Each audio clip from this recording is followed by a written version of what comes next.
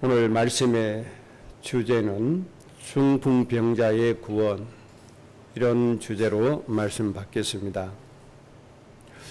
귀한 것일수록 많은 대가를 지불해야만 얻을 수가 있습니다. 이거는 어린아이도 아는 진리가 되는 것이죠. 특히 에덴 동산에서 내어 쫓김을 당한 인간에게는 더욱더 그렇습니다. 하나님의 창조의 축복을 잃어버리고 마귀의 말을 따라서 스스로 멸망을 선택해서 에덴 동산에서 내어 쫓김을 당한 인간에게는 귀한 것을 얻기 위하여 땀을 흘려야 됩니다. 모든 고통을 감내해야 됩니다. 귀한 것일수록 더 큰 값을 지불해야만 얻을 수 있게 된 것입니다. 이와 반대로 큰 대가를 지불하지 않고 많은 것, 큰 것을 얻어주겠다고 하는 것은 모두 다 사기라고 보면 됩니다. 거짓이고 우리를 속이는 겁니다. 재테크를 잘한다고 하는 사람이 여러분에게 와서 이런 제안을 합니다.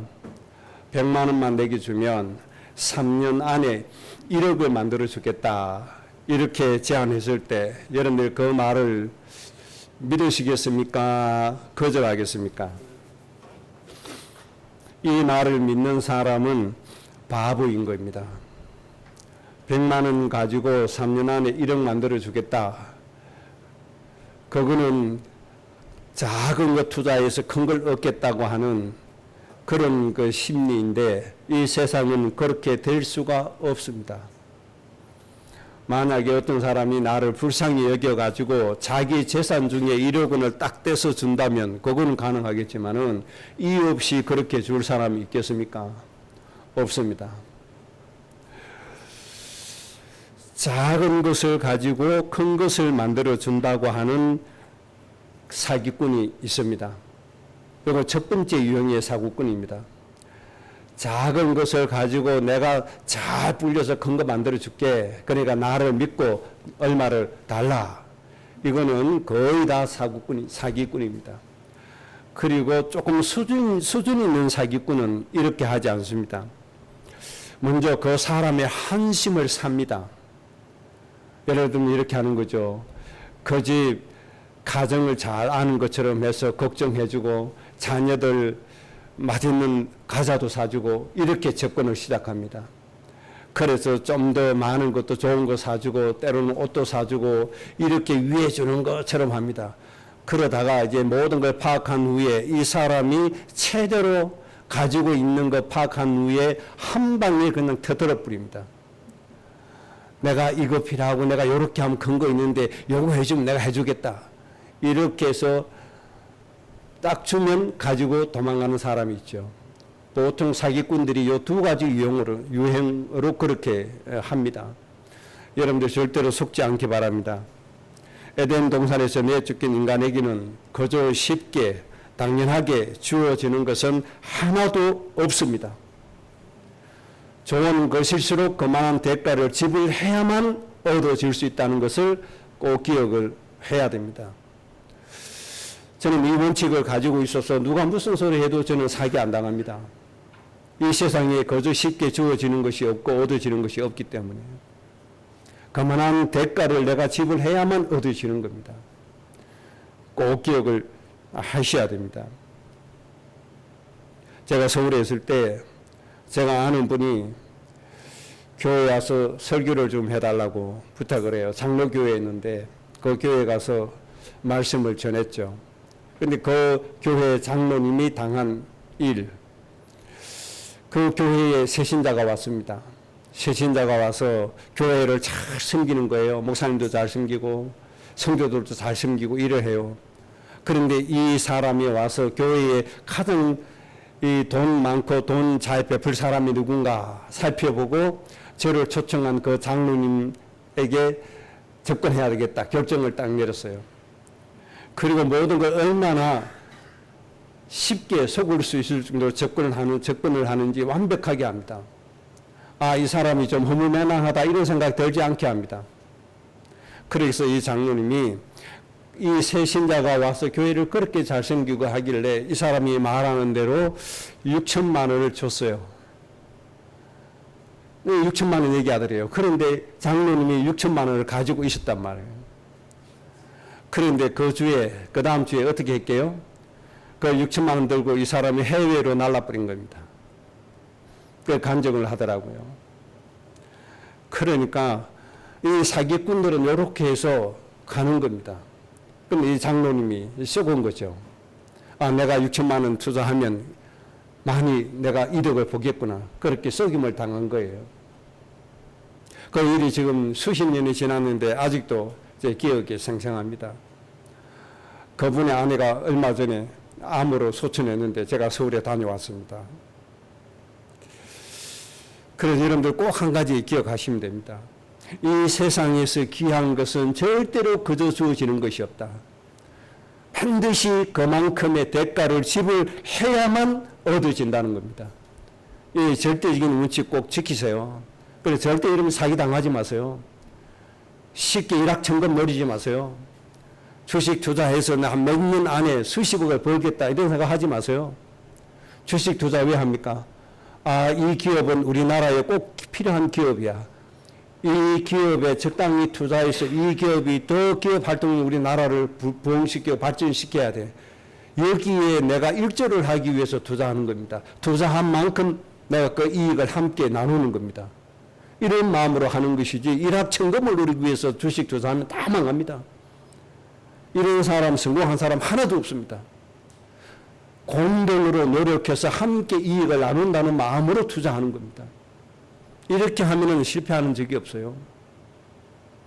그래서 오늘 제가 이 강조하는 이유가 있습니다. 오늘 본문 말씀에 읽어보면 중풍병자가 움직이지를 못하는데 사람들이 이 사람을 불쌍히 여겨서 예수님에게 침상에 이어서 데리고 옵니다. 사람이 너무 많으니까 예수님에게 바로 못 오죠. 그래서 어디로 갑니까? 지붕 위에 올라가서 지붕을 뜯어서 침상을 줄로 매달아 예수님 앞에 내립니다. 이 중풍병자를 보고 예수님께서 소자야 내 죄사함을 받았다. 이제 일어나서 집으로 가라. 이러니까 두 가지를 동시에 얻게 되는 겁니다. 죄사함을 얻었죠. 즉 구원입니다. 그리고 일어나서 걸어갔다. 중풍병을 치유받았다는 얘기입니다. 그러니까 사람들이 메고 와서 예수님 앞에 내려놓으니까 예수님께서 내 죄사함 받았다. 영혼 구원해 주시고 일어나 걸어가라 하니까 중풍병이 치유되어진 겁니다. 이 말씀이 오늘 기록된 말씀입니다. 이걸 단순하게 보면 아, 구원받는 게 쉽구나. 하나님 은혜 받는 게 그저구나. 병 고침 받는 게 그저구나. 재산 받는 게 그저구나. 이렇게 오해할 수 있다 이 말입니다. 여러분 오늘 절대로 그 오해하시면 안 됩니다. 이렇게 오해하니까 예수님께 하나님께 감사함이 없습니다. 이걸 오해하니까 하나님 앞에 정말로 진실로 감사하는 게 없어요. 하나님께 고마운 마음을 가지지를 않아요. 당연하게 여겨서 하나님께 예배도 하지 않아요. 감사하지도 않아요. 오늘 말씀을 잘 들으시고 이런 중풍병자에게 은혜가 있기까지 하나님께서 어떠한 대가를 치러주셨는지를 깨달으셔야 돼요. 굉장히 중요한 겁니다. 그래서 오늘 첫 번째 주제는 행복한 인생을 위해서 지불해야 될 대가. 여기에서 행복이라 하는 것은 구원받는 것이고 인간의 모든 문제 해결받는 것이고 하나님이 주신 안식과 평안함을 누리는 것입니다. 이것을 얻기 위해서 반드시 지불해야 될 대가가 있다는 사실입니다. 인간이 행복하기 이전에 구원받기 이전에 인간이 어떤 인간입니까? 에베소서 2장 3절에 본질상 진노의 자녀였다. 본질상 진노의 자녀였다고 말씀했습니다. 인간이 에덴 동산에서 쫓겨난 인간은 이유가 없어요. 본질이에요. 본질이 진노의 자식이에요. 멸망의 자식이에요. 재앙의 자식이에요. 여기에서 벗어날 자가 아무도 없어요. 요한복음 8장 44절에 마귀의 자식으로 살아가야 돼요. 마귀의 양육으로 살아야 돼요. 그런데 이 마귀는 처음부터 욕심장이요, 거짓말하는 자요, 살인하는 자요. 그래서 사람을 속여서 고통 주고 죽이는 것이 마귀의 목적입니다. 이 마귀의 자식으로 살아가야 되는 것이 인간의 본질이고 인간의 본성이었어요. 그리고 이뿐이 아니죠. 인생의 마지막이 요한계시록 20장 10절과 15절처럼 되어지는데 불못에 던져짐을 당하는 자가 되고 맙니다. 악한 마귀 사단과 함께 하나님이 불못에 던질 텐데, 불못에 가둘 텐데, 이때 마귀와 함께 불못에 던짐을 받는 것이 바로 인간입니다. 구원받기 이전의 인간의 상태입니다. 아직도 구원받지 못한 사람은 여기에 해당되는 겁니다. 아직도 구원받지 못한 남편 여기에 해당되는 겁니다. 아직도 구원받지 못한 자녀 여기에 해당되는 겁니다. 아직도 구원받지 못한 가족, 친지들 바로 여기에 해당하는 것입니다. 그래서 이것을 성경은 한마디로 말씀하시는데 사망이라고 말씀을 합니다. 모든 인간이 이 시간표에 살아가고 있는 겁니다. 여기에서 빠져나오는 것을 하나님이 구원이라고 말씀해 주시는데 이 구원이 바로 인간을 행복하게 하는 행복인 겁니다. 여기에 빠져나올 때 인간의 행복에서 기쁨이 오고 즐거움이 오고 안식이 와지는 겁니다. 그래서 구원이라고 하는 것은 하나님의 자녀가 되고 하나님의 상속자가 되는 것이고 하나님의 인도와 하나님의 보살핌과 하나님의 양육을 받는 것이 구원입니다. 사망에서 생명으로 옮겨지는 것이 구원입니다. 하나님의 품에 안기는 것이 구원입니다. 영원한 처소에 가는 것이죠. 하나님과 대면하면서 영원히 사는 것이 구원입니다. 앞으로 우리의 신령한 몸으로 변화되어서 이렇게 되어질 겁니다. 이렇게 본질상 진노의 자녀, 마귀의 자식, 영원한 불못, 여기에서 빠져나와서 영원한 기쁨과 즐거움과 노래만 있는 하나님의 품에 안기는 것이 그냥 주어지는 것이 아니라 이 말입니다. 이런 구원의 축복을 주시기 위해서 하나님께서 우리에게 어마어마한 대가를 치러 주셨다는 것을 아셔야 되는 겁니다. 이 구원을 위해서 지불해야 될 대가 분명히 있습니다. 로마서 6장 3장 모든 사람이 죄를 범하였으며 하나님의 영광에 이르지 못한다. 죄의 삭은 사망이다. 이렇게 말씀했고 히브리서 9장에 보면 피 흘림이 없은즉 사함이 없다. 그렇게 말씀했습니다. 그런데 이 구원을 얻기 위해서 우리가 지불해야 될 대가가 얼마나 큰지 말도 못합니다. 여러분이 가지고 있는 전 재산을 드린다고 해도 살 수가 없습니다. 여러분이 가지고 있는 모든 것을 다 하나님께 드린다고 해도 본질상 진노의 자녀, 마귀의 자식, 불못의 권세에 빠지게 되는 것, 이거 해결할 수가 없습니다. 심지어 여러분의 생명을 버린다고 해도 여기에서 여러분의 빠져나올 수가 없습니다. 이 문제를 해결할 수가 없습니다. 여러분이 가지고 있는 모든 것을 지불해도 이것을 얻을 수가 없어요. 그 정도로 하나님의 자녀가 되는 축복을 얻기 위해서 어마어마한 대가가 지불돼야 된다는 걸 아셔야 됩니다. 그런데 이 하나님의 자녀가 되기 위해서 지불해야 될 대가는 어마어마한 겁니다. 바로 죄 없는 존재가 피를 흘려 피값을 지불해야 됩니다. 그래야만 사망에 빠진 인간이 하나님의 자녀가 되는 권세를 얻게 되는 겁니다. 아주 까다롭습니다. 먼저 피를 흘려야 되는데 누가 피를 흘려야 되느냐? 죄 없는 분이 피를 흘려야 됩니다. 우리는 죄인입니다. 모든 사람이 죄를 범했습니다. 모든 사람이 죄에 빠져 있습니다. 그래서 내가 나를 위해서 죽어도 소용이 없습니다. 왜 그렇죠? 죄인이기 때문에. 그래서 죄 없는 사람이 나를 대신해서 죽어 주셔야 되는 겁니다. 그런데 세상에 죄 없는 사람이 있습니까? 아무도 없습니다. 죄 없는 분은 딱 한 분밖에 없습니다. 바로 하나님이십니다. 그래서 하나님이 죄 없는 그 하나님이 육신이 되어서 이 땅에 오신 겁니다. 뭘 하기 위해서요? 모든 사람들의 구원의 대가를 지불하기 위해서. 그래서 하늘 영광 보좌를 버리시고 이 땅에 육신으로 오신 겁니다. 육신으로 오셔서 뭐 하셨습니까? 대가를 치르기 위해서 십자가에서 죽으시기로 작정하셨습니다. 이것을 대속 제물로 오셨다, 그렇게 말씀해 주셨습니다. 요한복음 1장 14절에 말씀이 육신이 되어 오셨다, 그렇게 말씀해 주셨죠.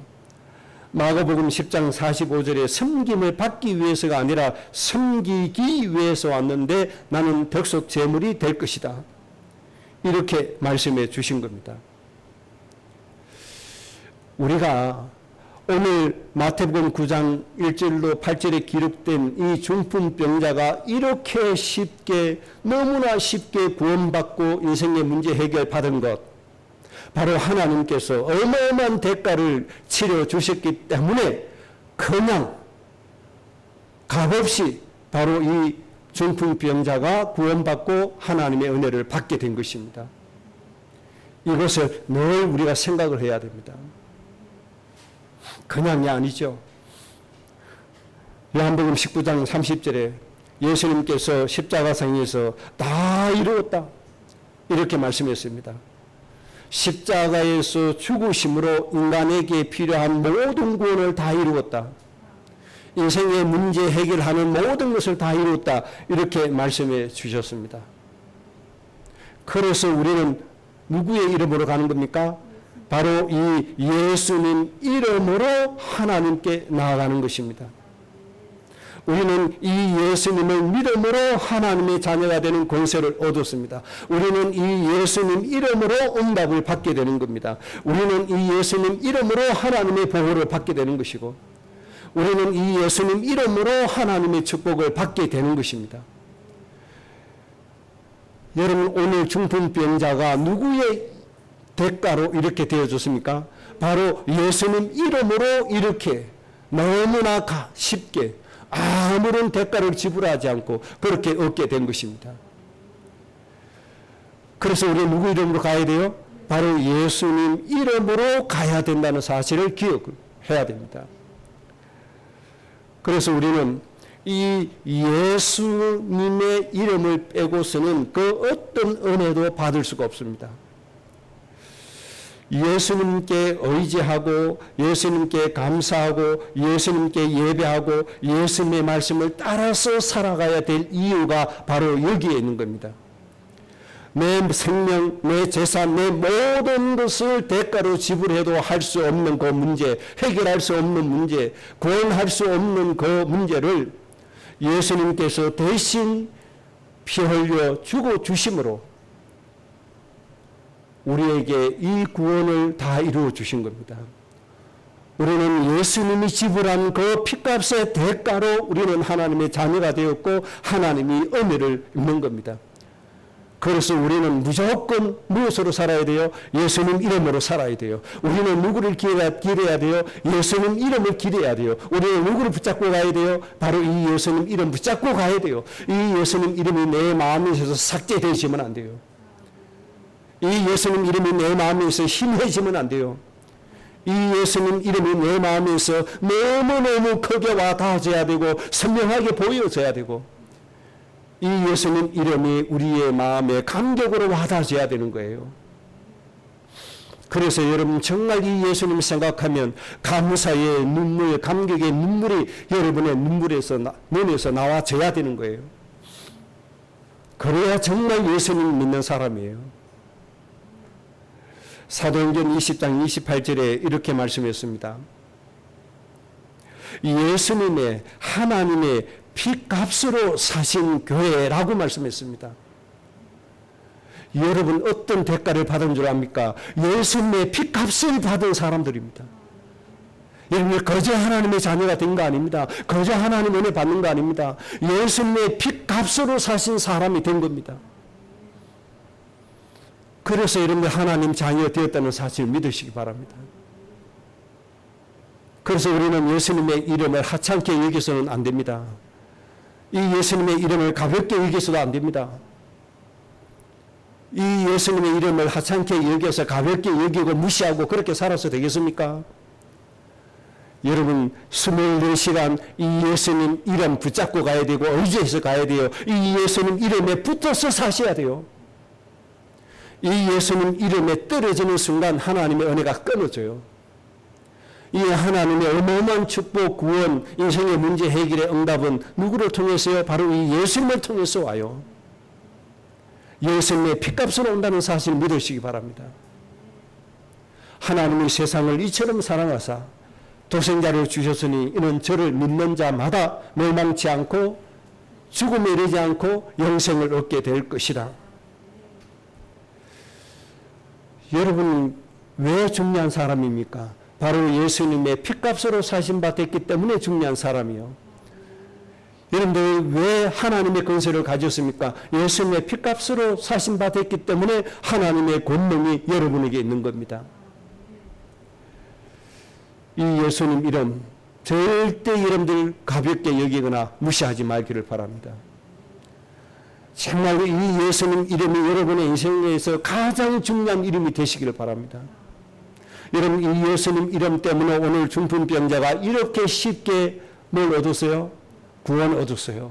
인생의 문제 해결 받았어요. 예수님 이름 앞에 서면 이런 축복이 와지게 된다는 사실을 믿으시기 바랍니다. 그래서 여러분들 이 교회, 저 교회, 이 교단, 저 교단, 이 단체, 저 단체 여러분들 속지 말기를 바랍니다.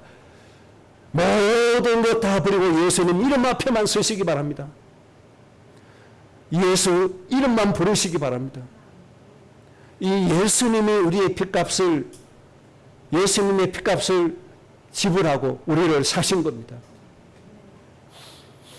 그래서 이 예수님이 어디에 있습니까? 특정한 교단에만 있는 게 아닙니다. 이 예수님 이름이 어디 있습니까? 특정한 단체에만 있는 거 아닙니다. 특정한 교회만 있는 것이 아닙니다. 예수님의 이름은 온 세상에 전파되어져 있다는 사실을 깨달으셔야 됩니다. 지금 베트남 선교 다니면서 참 놀라운 것이 많이 있었습니다.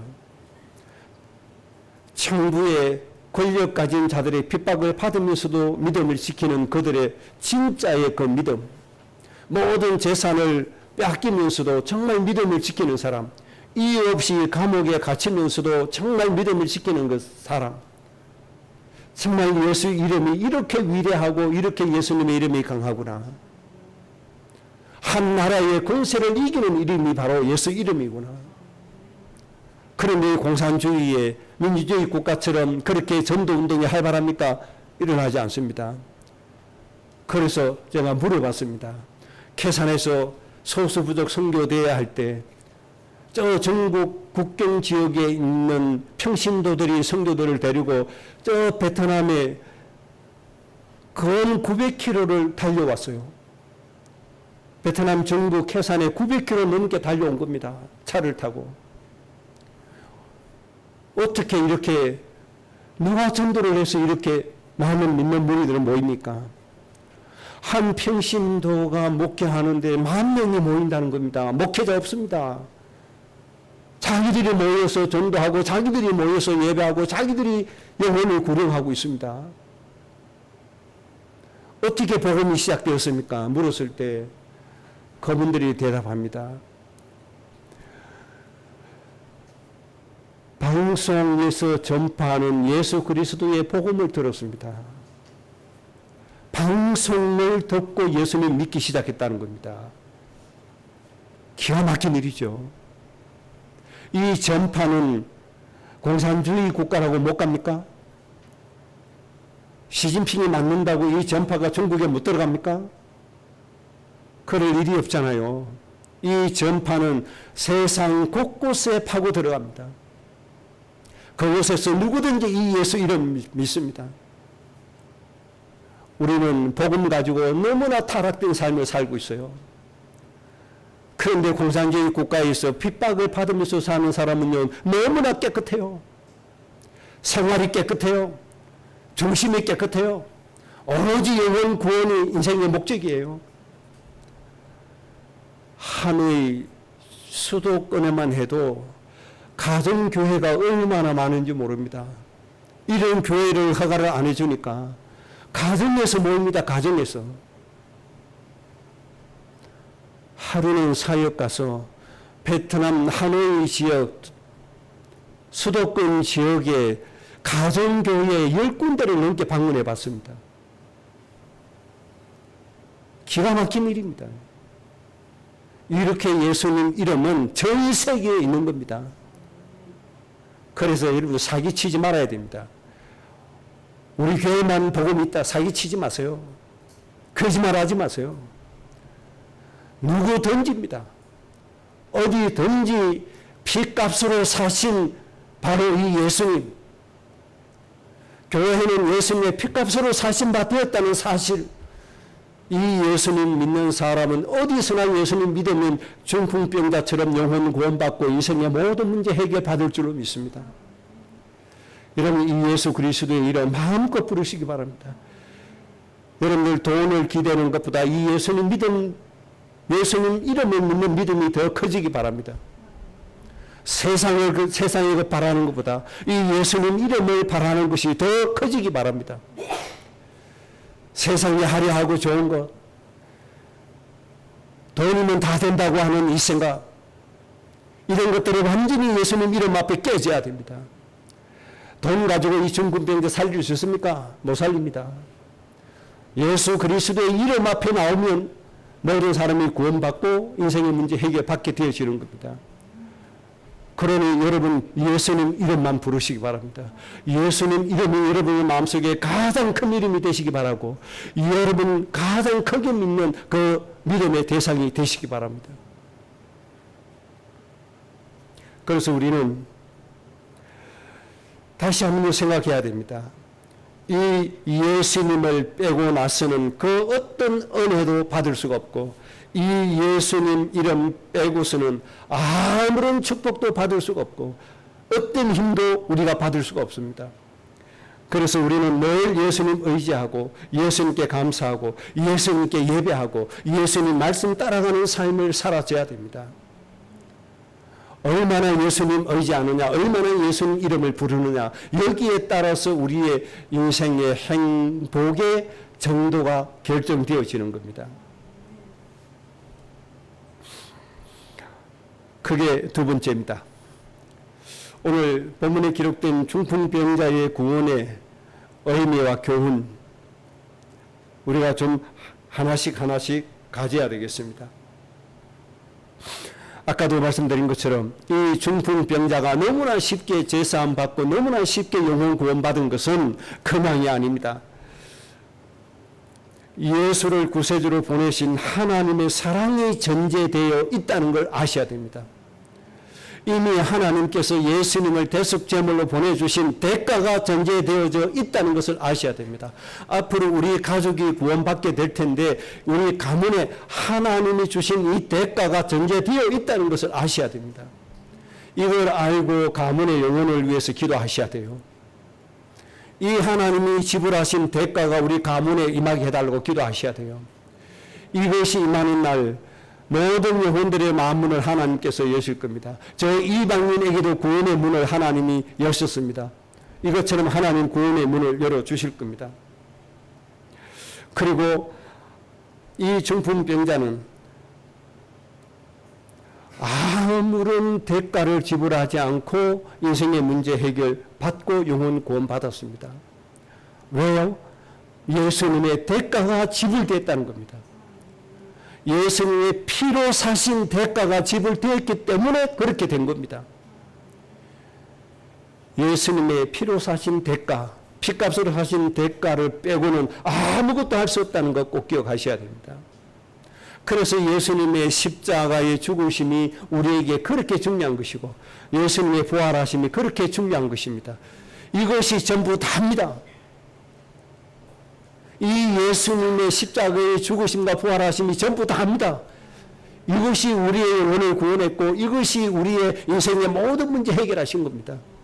이 예수님 앞에만 서면 이 예수님 앞에 나오면 중풍병자처럼 너무나 쉽게 구원받을 것이고 너무나 쉽게 인생의 문제 해결 받을 것입니다. 이런 축복이 여러분의 모든 가정 가문에 꼭 있어지기를 주의 이름으로 축복합니다. 그 다음에 중요한 것이 이 중풍병자를 메고 온 사람들입니다. 이 사람들이 얼마나 이 중풍병자를 불쌍히 여기고 사랑하는 마음이 있었던지 우리가 잘 알 수가 있잖아요. 그래서 이 사람들에게서 여러분들이 꼭 배우셔야 될 겁니다. 이 사람들 정말 영혼을 사랑했잖아요. 이걸 아셔야 돼요. 우리가 이 영혼을 사랑하는 거 배워야 돼요. 사람을 사랑하는 마음을 가져야 돼요. 그래서 하나님이 우리를 언약을 세우는데 맹세를 하시는데 너희는 모든 민족에 뭐가 되라? 부모가 되라는 겁니다. 아버지가 되고 어머니가 되라는 겁니다. 부모는 자식을 당연히 사랑해야 하네요. 사랑하게 되는 겁니다. 그러나 오늘 이 사람들이 이 중풍병자의 무슨 역할을 하는 거예요? 부모의 역할을 하는 거예요. 불쌍히 여겨서 예수님께 데리고 온 거예요. 여러분들이 이런 사람이 되시기를 바랍니다. 부모는 자식을 이용해서 자기의 일을 챙기지 않습니다. 부모는 자기를 희생해서 자식을 살리는 게 부모입니다. 그래서 바울이 자기의 이익을 구하지 마라. 다른 사람의 이익을 구해라. 그렇게 하는 게 아닙니까? 참 우리나라에 진짜 지도자가 없어요. 정약용이라는 조선시대의 학자 그런 마인드를 가진 지도자가 없어요. 백성을 일을 구하는 지도자가 없어요. 제가 만약에 정부의 방송통신위원회 위원장 된다면 모든 방송국에다가 정치인들 행보를 방송에 절대로 제일 먼저 내보지 마라. 정치인들에 관한 방송의 시간을 가장 작게 만들어라. 저는 이렇게 할 겁니다. 왜 그러냐? 우리나라 정치인들은 오로지 자기 이익만 챙기는 행세보따리밖에 안 합니다. 그것은 온 방송이 가장 많은 시간에 가장 먼저 온 나라에 전파합니다. 모든 언론이 가장 먼저 얘기합니다. 백성들을 난 배우려고 안 했는데 저절로 그 행위를 배워버렸습니다. 그래서 국가의 자리에 앉으면 내 이익을 챙겨야 되는구나. 이렇게 해서 체육계에도 그 행세 보따리 그대로 따라합니다. 안세인 선수가 배드민턴 선수잖아요. 금메달 따고 내 부상 당했는데 협회에서 치료도 제대로 안 해줬다. 난리가 났죠. 그 협회장이라고 하는 사람이 아니다 치료해줬다. A4 용지 10장 분량해가지고 안세인 선수를 반박을 해버렸죠. 그런데 이 배드민턴 협회에 기가 막힙니다. 임원들이 40명이나 회장, 부회장, 이사들 40명이나 돼요. 이 임원들이 해외 갈 때는 비즈니스에서 비싼 거 타고 선수들은 이코노미 싼 비행기 타고 요시를 하고 돌아다닌 겁니다. 양궁협회는 잘한다고 칭찬받죠. 금메달 5개 따는 거 한국의 양궁 선수들 금메달 5개 다 따왔죠. 그 양궁협회장은 정의선이라고 하는 사람인데 현대 가문의 자손이죠. 현대자동차 회장 아닙니까? 이 사람은 아주 원리 원칙대로 하잖아요. 인맥, 학연 다 없애버리잖아요. 오직 실력 위주로 선수 선발하잖아요. 그래서 우스갯소리로 세계대회 우승하는 것보다 올림픽에서 금메달 따는 것보다 한국 대표를 뽑히는 게 더 어렵다고 할 정도로 공정한 시스템을 가지고 하는 게 양궁협회입니다. 우리나라 모든 체육계 협회들이 그렇게만 한다면 전 세계 1등입니다. 미국 능가합니다. 중국 능가할 수 있습니다. 그런데 협회들이 안 합니다. 저 정치인 못된 거 본받아서 내 이익부터 챙깁니다. 선수를 방치합니다. 선수들은 꼴탕 먹고 14시간 이코노미 타고 가보세요. 다리도 못 핍니다. 비행기 좁아서. 비즈니스에서 편합니다. 널찍합니다. 좋습니다. 서비스도 좋습니다. 미국 가는데 1등에서 타보세요. 가는데 3천만 원, 오는데 3천만 원. 비행기 값만 6천만 원 됩니다. 자기들은 이렇게 탑니다. 임원들은. 선수들은 이코노미 좁은데 무릎도 제대로 못 피는데 이렇게 태워갖고 댕기는입니다. 왜 그렇습니까? 백성들을 위하는 마음이 없어요. 예수님 닮은 마음이 하나도 없어요. 사람 사랑하는 마음이 하나도 없어요. 저 정치인 못된 것들 닮았으면 내 이익만 챙기는 거예요. 이런 것들은 완전히 망해야 돼요. 정말 이런 것들은 평생 고통스럽게 살아야 돼요. 우리는 이 사람들처럼 사람을 불쌍히 여기는 사람 되어져야 돼요. 백성들을 불쌍히 여기고 어려운 사람 불쌍히 여기고 고통받는 사람 불쌍히 여겨야 돼요. 그래서 그들을 누구에게로 돌아와야 돼요? 예수님에게로 돌아와야 돼요. 예수님 이름으로 구원받게 해야 돼요. 예수님 이름으로 모든 인생의 문제 해결받게 만들어야 돼요. 지금 우리나라의 정치인들 못된 것들 정말로 지금 다 없애야 돼요. 여당 야당 할 거 없어요. 다 똑같은 놈들이에요. 오로지 내 이익밖에 없어요. 저것들을 방송에서 허구한 날 방송에서 내본 저는 TV 뉴스 신예지라서 안 봅니다. 틀었다 하면 정치인 얘기입니다. 틀었다 하면 당 얘기입니다. 방송이 할 일이 그렇게도 없습니까? 백성들을 계몽시키고 정말 좀 나를 백성들을 바르게 끌어갈 수 있는 좀 그런 역할을 좀 해야죠. 먹는 거, 저 정치인들 저 헛된 짓 하는 거 이런 것만 방송에 내보내니 백성들의 정성이 다 썩어가는 거예요. 양궁협회 빼고 60몇 개의 스포츠 단체 협회장들이 다 썩어 빠졌잖아요. 오로지 자기들 이익만 챙기는 것. 선수들 방치하고 안생이 지금 한 잔만 해도 죽일 수 있어. 이게 협회장들이 하는 소리예요. 이게. 이런 것들이 무슨 지도자입니까? 우리 그리스도인은 그렇게 살아면 안 됩니다. 오늘 이 사람들처럼 사람을 불쌍히 여기고 사랑하고 인생의 문제 해결받도록 도와주고 예수님 앞에 데려오고 예수님을 전해주고 예수님 이름으로 구원받게 하고 예수님 이름으로 인생의 문제 해결받도록 우리가 도와야 됩니다. 이런 삶을 우리가 살아야 됩니다. 이런 것 팽개치고 하나님 앞에 경제 축복이나 달라고 하고 내 복이나 달라고 쏠라대서 되겠습니까? 단문스러운 애국해서 되겠습니까?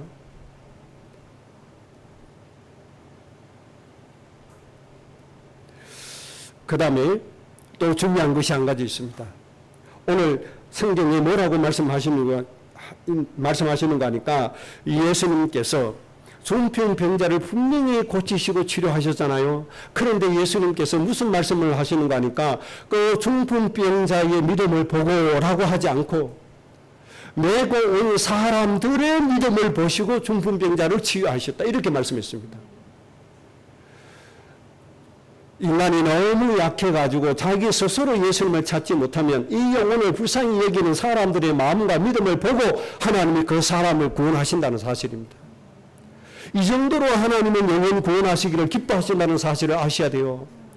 이 정도로 하나님은 영혼을 사람을 치유하시고 살리시는 걸 좋아하신다는 사실을 아셔야 돼요. 여러분 하나님의 이 마음을 좀 헤아리시기 바랍니다.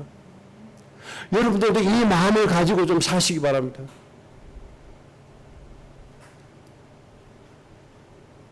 그리고 사도행전 14장 9절에 보면 바울이 바로 이 말씀대로 행한 장면이 기록되고 있습니다. 남에서부터 못 걷는 사람이 있어요. 그래서 바울이 사도행전 14장 9절에 바울이 주목하여 구원받을 만한 믿음이 그에게 있는 것을 보고 그랬습니다. 그 마음에 구원받을 만한 믿음이 있는 것 보고 10절에 큰 소리를 이르되 내 발로 바로 일어서라 하니 그 사람이 일어나 걷는지라 이렇게 말씀했습니다.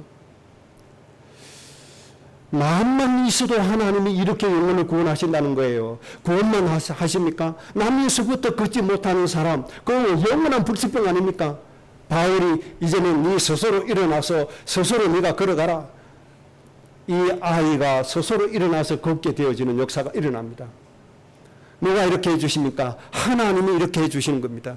이렇게 하나님은 인간을 사랑하시고 인간을 구원하시고 인간의 문제 해결하시기를 하나님은 이렇게 기뻐하시는데 누구 이름으로요? 바로 예수님의 이름으로 되어진다. 왜요? 예수님의 핏값이 지불되었기 때문에.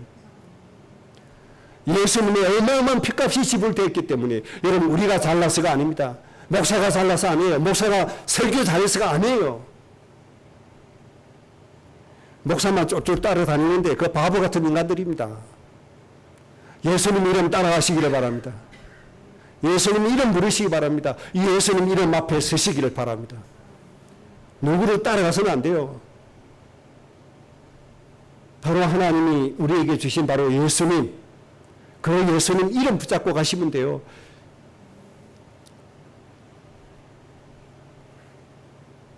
그래서 우리는 하나님의 은혜를 구하는 마음만 가지고 하나님께 또 예수님께 나아가면 됩니다.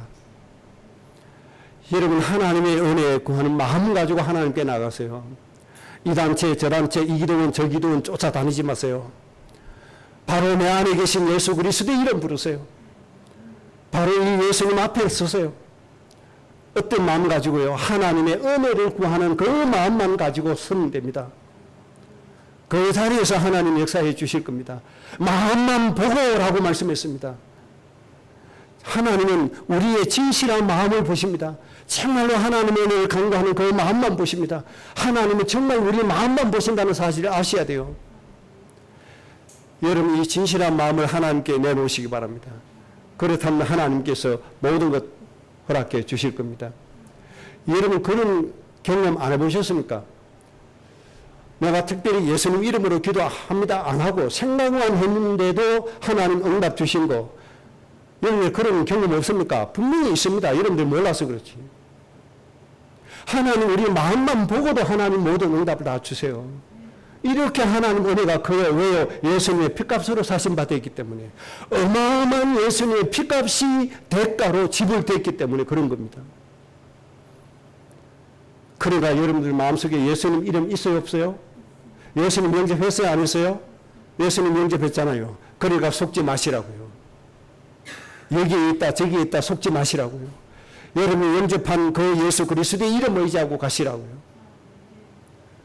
하나님 우리의 마음만 보고도 모든 것을 은혜로 우리 인생의 모든 문제를 하나님이 해결해 주십니다. 그 다음 마지막으로 한 가지 더 말씀드리겠습니다. 잠언 14장 27절에 이렇게 말씀했습니다. 이렇게 이제 구원받은 우리가 어떤 삶을 살아야 되느냐 하는 부분입니다. 예수님 이름으로 이렇게 우리 구원받았으니까 이제 여러분들 이렇게 사시라 그 말씀입니다.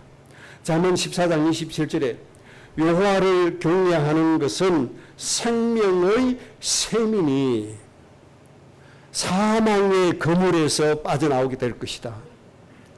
여호와를 경외하는 것은 무슨 샘이다? 생명의 샘이 된다. 그렇게 말씀했습니다. 그러니까 이제 여러분들이 예수님 믿고 하나님 자녀 됐으니까 하나님을 경외하는 인생 살아야 돼요.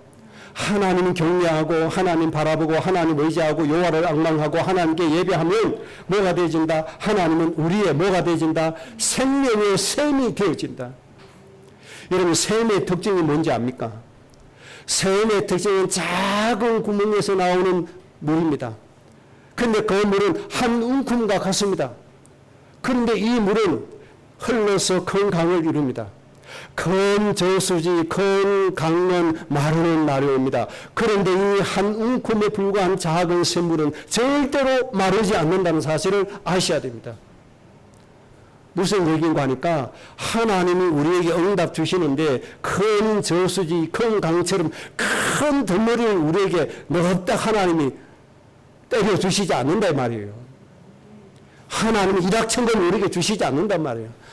하나님이 큰 것을 하나님 우리에게 어느 날 덕하니 내려놓지 않는단 말이에요. 뭐와 같이요? 생명의 샘처럼 역사하신단 말이에요. 샘은 너무나 작아요. 아주 작게 보여요. 그러나 영원히 마르지 않아요. 그러나 큰 강을 이루어요. 절대로 마르는 일이 없어요. 여러분 하나님이 우리의 생명의 샘이 되십니다. 하나님 우리에게 능력의 샘이 되십니다. 하나님 우리의 지혜의 샘이 되십니다. 하나님이 우리의 권세의 샘이 되십니다. 은혜의 샘이 되십니다.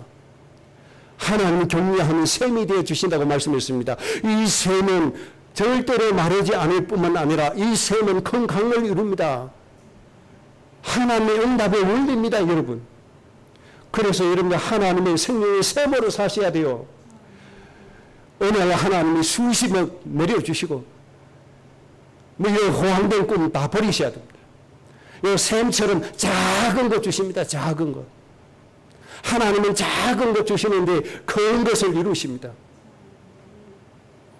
제가 아프리카 선교에 처음부터 선교할 때 그랬습니다. 하나님이 큰 교단, 큰 단체에서 수천만 원씩 하나님 그렇게 해서 선교일을 하게 하신 거 아닙니다. 이 작은 셈으로 시작했습니다. 후원자들이 10만 원, 20만 원, 30만 원. 사업하신 분들이 어쩌다가 몇백만 원씩 이렇게 시작한 겁니다. 하나님은 이 셈으로 시작하신다는 사실을 아셔야 돼요. 여러분, 하나님이 주시는 이 생명의 셈, 능력의 셈, 지혜의 셈으로 사시기 바랍니다. 그래서 헛된 꿈을 버리세요. 하나님은 어느 날 갑자기 우리에게 막 거부가 되게 해주신 거, 그런 꿈 다 버리세요. 작은 셈으로 시작하십니다. 작은 셈인데 큰 일을 하나님 하게 하십니다. 분명히 하나님 그렇게 하십니다. 요한계시록 21장 6절에 내가 생명수 샘물을 목마른 자에게 값없이 주리라. 하나님이 이렇게 말씀했습니다. 나는 알파와 오메가요, 처음과 나중인데 생명수 이 샘물을 목마른 사람에게 값없이 주겠다. 왜 그렇습니까? 예수님의 핏값이 지불되었기 때문에, 어마어마하신 하나님의 핏값으로 사신 바 되기 때문에, 세상에서 가장 비싸고 가장 큰 예수님의 핏값이 지불되었기 때문에, 여러분, 하나님 격려함으로 하나님이 주시는 이 생명의 셈으로 여러분의 인생이 되어지고 사라지고 행복한 인생 되어지시기를 주의 이름으로 축복합니다. 합심으로 기도하겠습니다. 여러분, 가정과 개인과 후대를 위해서 정말 기도하셔야 됩니다. 우리 후대들이 여호와를 경외함으로 하나님의 생명의 셈으로 사라지는 그런 내일의 삶이 되어지도록 여러분 정말 간절한 마음으로 기도가 되어져야 되겠습니다. 기도하십시다.